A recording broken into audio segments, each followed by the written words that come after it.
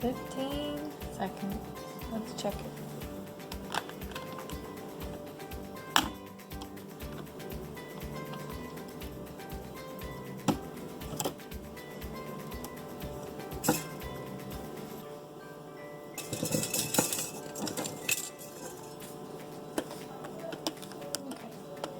See the consistency?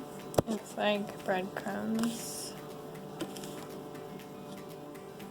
The butter is frozen, or very cold. Not frozen, but very, very cold. So you get these breadcrumbs instead of a mushy mess.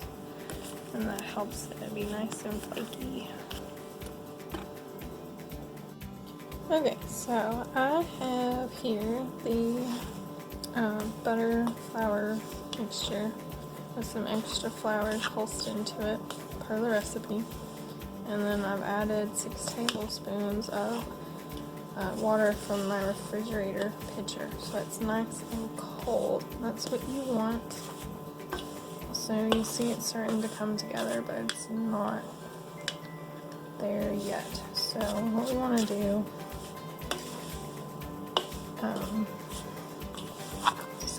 what we want to do is add some more water.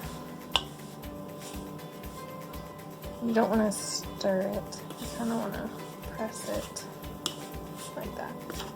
So adding some more water, and we'll be right back. So I've added my extra water. I like to add 9 tablespoons. You may want less, you may want more. But I'm going to go off the camera here for a minute, but you can see real quick, you can kind of see how it's coming together. So it's kind of hard to do this with the camera, so see you in a minute.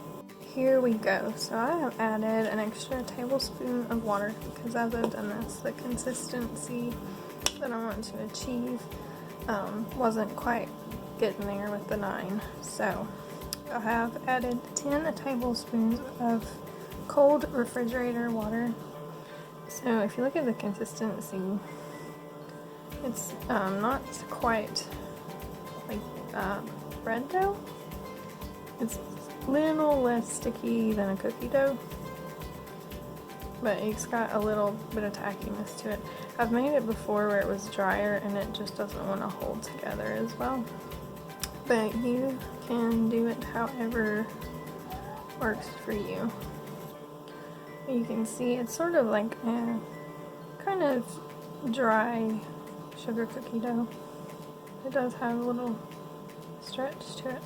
So I'm going to get this out on the board and form 2 rounds after folding it over itself a couple of times, just to kind of get it put together. You don't want to knead it like bread, you just want to fold it over itself a couple of times so that it all comes together and you don't have all these little crumbly bits all over.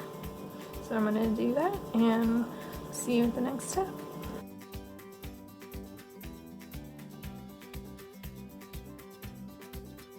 Okay, so here we are, day 2 of the pie crust, and baby is awake, so I'll do a little commentary. The first thing I'll be doing is waiting a few minutes for my pie crust to warm up just a smidgen from being in the fridge, and got some flour on my board here. It's kind of fun to play in it. Anyway, it does kind of remind you of like a sand painting that you see those people do that's just so mesmerizing. Anyway, I'm getting off topic, but one thing you can do with your flour is play with it, can't you? Okay, so waiting here for my dough. You can see here it's nice and put together. Here, we'll unwrap that in a moment. I have my other one there. I've got my 2 pans that are ready to go. I'm so tempted to go back with the flour, but you guys probably don't want to watch we play with flour for 2 minutes. So, some other tools. I've got my rolling pin here. I like this one. I got it in a free giveaway from Martha Stewart, which was pretty cool. I have another one that I also like quite a bit, but this is my favorite for pie. I don't like the big clunky ones with the handles. I like these French style ones here. And then, of course, got our little pile of flour for my hands.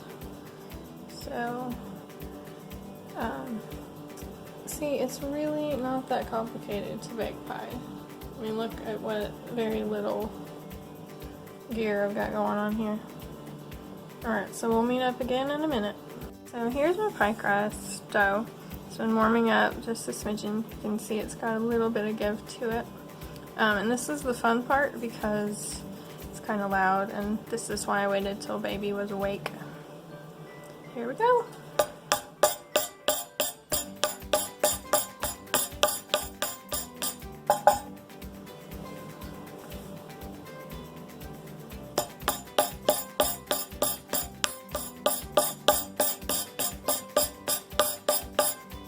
The entire kitchen is shaking right now.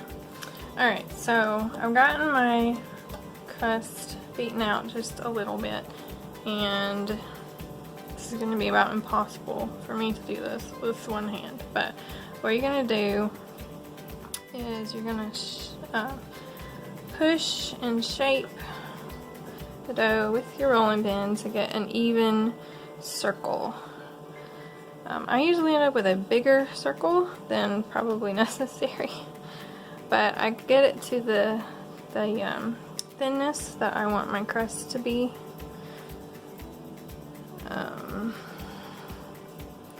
So I'm gonna zoom in here real quick and show you this crust, this dough. Look at all these little flakes. See all these? This is butter. All these little flakes here, these little bits of butter, and that is what's gonna make our crust be nice and flaky. So I'm gonna finish rolling this out. Here's our dough rolled out, and we've got our pie tin here. This is disposable. Whether you use disposable, glass, metal, doesn't matter, but it may change the length of time that your pie is in the oven. So the easiest way I have found to transfer, I'm doing this with one hand. You of course don't have to do this with one hand, but is to get my pie crust on my rolling pin, get my pie tin, and one-handed, like that. Please don't try this with one hand. It's very difficult to get coordinated correctly. So I'm going to quickly get this adjusted and meet back again. I've adjusted my thing. I've got quite a bit of overlap here. That also depends on what size. You don't want quite this much overlap, so I'm going to trim that off with a kitchen knife, and then we'll start on the crimping.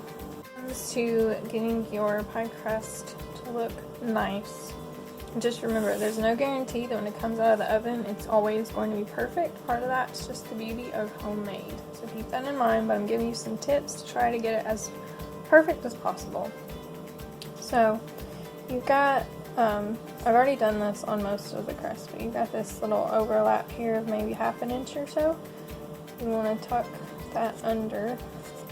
And on any places where you might have only enough to get to the edge here, you can use your extra crust to tuck that in there to make it even. Now this extra crust, if you like pie crust, don't throw it away. You can actually make it into little pie crust cookies. I can't remember the name, but there's some cookies that have a flakiness to them, and that's what you can make with these. Part of it is the crimping, and I cannot do this with one hand, so I'll start it here. Basically you are going to want to push out from the center with your knuckle and push in with your two knuckles here. You can do that opposite way, whatever works for you, but that's how you get that lovely crimped crust. Just make sure you flour your hands regularly so it doesn't stick, and don't push too much to where it gets too thin. See how easy that is and how pretty that is? You can look and see this pretty crimped edge. It's not, you know, perfect like it came out of the mold somewhere. It's nice and homemade looking. And now I'm going to put it in the freezer because I found that is the best way to ensure that it stays as much as it possibly will. So here is this lovely crust. So I'm going to pop it in there and I'm going to make my other pie crust and see the next step. Here's my pie crust after being frozen for several hours. You see, still looks lovely. And we're going to fill it with the custard filling that I just made. It's right over here.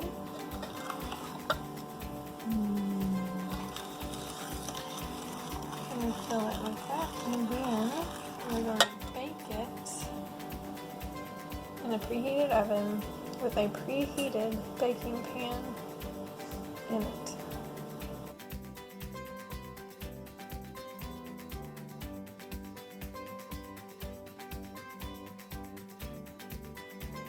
Here's my pie. Just came out of the oven, and the custardy crust part right there.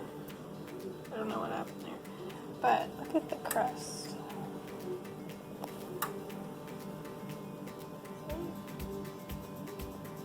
Doesn't it look nice?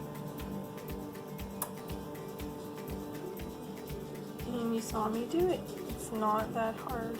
It's really not. I think one of the big keys is the freezing. So there it is, and I'll show you again after it's cooled, and I'll show you the other pie as well.